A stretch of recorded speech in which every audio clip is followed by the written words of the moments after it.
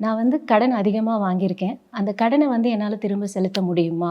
ஏன்னா, நான் ஒவ்வொரு முறையும் வந்து கடன திரும்ப செலுத்தணும் அப்படின்னு முயற்சி எடுக்கும்போதெல்லாம் வந்து பார்த்தீங்கன்னா, எனக்கு விரயம் மட்டுமே ஆயிட்டே இருக்கு. அதனால எனக்கு கடன வந்து கரெக்ட்டா வந்து செலுத்த முடியல அப்படின்ட்டு வந்து ஒரு ஜாதகர் நம்மகிட்ட கேட்குறாரு.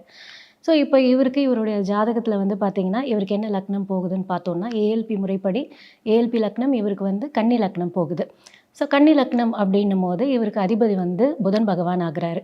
ஸோ, புதன் பகவான் இவருக்கு எங்க இருக்காரு அப்படின்னு பார்த்தீங்கன்னா, 8ஆம் இடத்துல, அதாவது மேஷத்துல இருக்காரு. ஸோ, 8ஆம் இடத்துல இருக்கும்போது, கண்டிப்பா வந்து பார்த்தீங்கன்னா, இவருக்கு தானாவே போய் ஒரு கடன்ன்ற விஷயத்துல மாட்டியிருப்பாரு. அதுக்குண்டான பிரச்சனைகள இவரு ஃபேஸ் பண்ணியிருப்பாரு அப்படிங்கிறது நம்மளுக்கு தெரியறது. அதேபோல 1, 10 ஆதிபத்தியம் ஆகுது. கன்னி லக்னன்னும்போது 1, 10 ஆதிபத்தியம் ஆகும்போது, அவருக்கும் வந்து 10ஆம் வீட்டு அதிபதியும் வந்து பார்த்தீங்கன்னா, புதன் பகவான் ஆகுறாரு இல்லையா? ஸோ, அவரும் வந்து பார்த்தீங்கன்னா, 10ஆம் வீட்டு அதிபதி வந்து பார்த்தீங்கன்னா, 8ல இருக்கும்போது, கண்டிப்பா வந்து இவரு அழுத்தமா இருப்பாரு அப்படிங்கிறது நம்மளுக்கு தெளிவா தெரியிறது. அதேபோல ஏஎல்பி நட்சத்திர புள்ளி சித்திரை 2ஆம் பாதம் போயிட்டுருக்கு.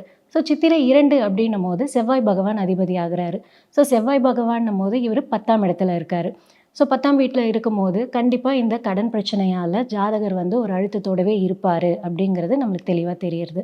ஸோ தானாவே போய் ஒரு கடன்ல மாட்டுறது, அந்த கடனால இவரு அழுத்தத்தையும் ஏற்படுத்திக்கிறாரு அப்படிங்கிறது நம்மளுக்கு இந்த ஜாதகம் மூலியமா தெரியிறது இல்லையா?